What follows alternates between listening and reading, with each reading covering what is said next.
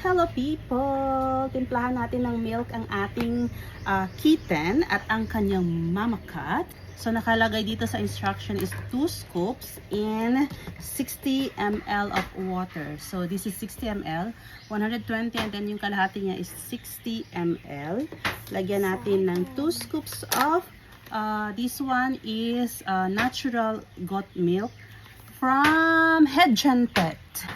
So lagyan natin ito ng 2 scoops. 1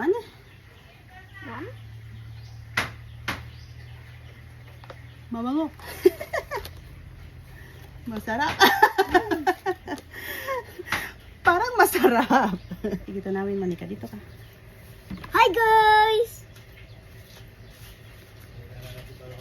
Tunawin lang natin hanggang sa maging milk na siya. So ayan, tunaw na. Ibigay natin sa ating mama cat and the kitten. Talaga. Okay na. Lagay lang natin dito para hindi sila mahirapan.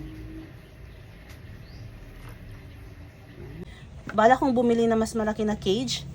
Videohan mo ni Kati na may ininom niya. Katniss! Enjoy na Uy, enjoy ang siya. laki-laki ng mata niya. Ayan ang kanyang milk, guys. Oh, tingnan nyo naman yan. Ang lakas ko ka milk.